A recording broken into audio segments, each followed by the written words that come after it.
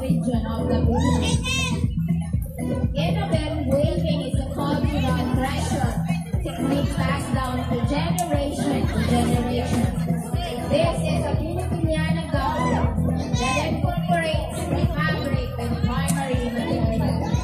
Annabelle Filipiniana gown, candidate number 3, Bena Aquino Minilla. Panama is our candidate number 4. Showcasing another modern Filipiniana with an ethnic twist. It is highlighted by Kalinga, led by Joker, and of course the Nilo The Filipiniana is traditional dress that has been significant to our Filipino culture. It represents values, virtues, and modesty, dignity, patriotism. The Kalinga choker comprises the stone goods and passed through the belief that Kalinga collection can be traced back to global trades in the Philippines. This is your candidate number 4, modern Filipiniana Leo Leo Sarap.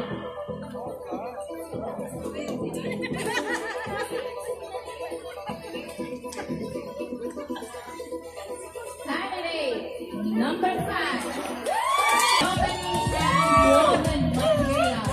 It's vibrant, rich from the region cultural heritage, timeless traditions, designed with meticulous care. The gown itself tells a story of history, craftsmanship, identity, blending, artistry, and the essence of what we call community pride. The color and pattern chosen to the gown reflect the region's cultural symbol. The gown skirt cape is combined with commercial touches, fabric designed to complement the woven fabric. The beauty of the gown lies not by aesthetic, but it's also representation of my culture and history. Designed and crafted by Tribo Estilo Iflao, this is representing Lo Marcelino. It's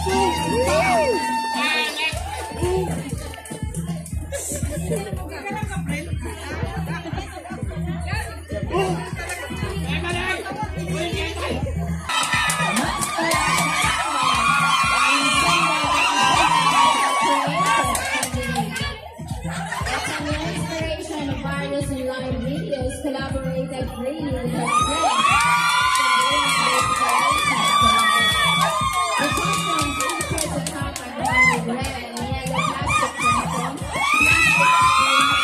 uniform, lighter texture, and the skirt structure in watercolor plastic.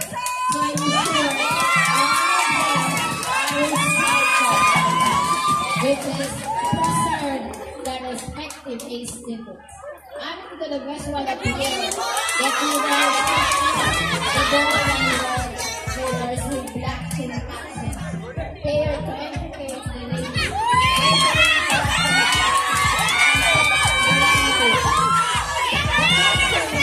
The joyful and creative spirit of national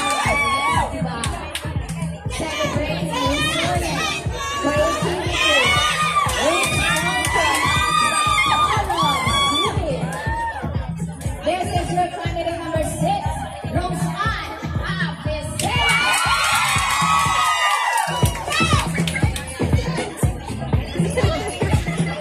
Sundot mo na yung contest. Commonly associated with our traditional Filipino attire. So it is the clothing that represents rich reflecting our history and influences that shape the community. It often worn during formal occasions, cultural celebrations, important events, and of course, serving the symbol of Filipino identity and pride. This is your candidate number 7, Catherine Natividad. Ang init! Up next with our candidate number 8, People Traditional at 5. People is a region in the Philippines encompassing the southern part of Luzon Island, Bohol Province. Kuman, the cloth is worn by people on that day. The kuman described as bodies or doublet worn by women. Is sent to the upper garment and the standing seat. Decorated with particular statues. It is also called the salakot or salok, which is typically made from anao leaves and bamboo, featuring the planet shape resembling Mount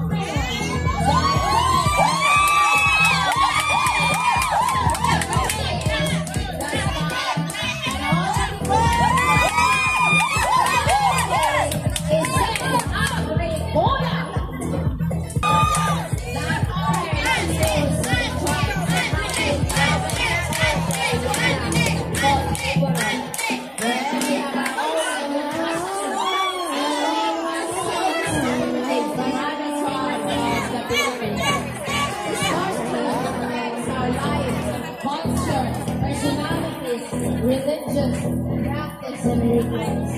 This costume is very simple. Women wear a handkerchief called pakis with the hem or the hem. What we normally wear during our festival. A woman in the back in the back. The so-called municipal festival that helps yearly.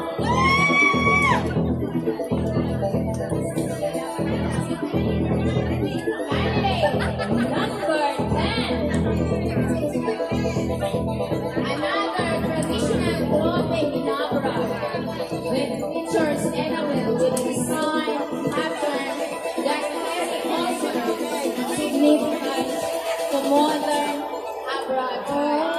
It involves taking the enamel pattern on contemporary dance. This attire more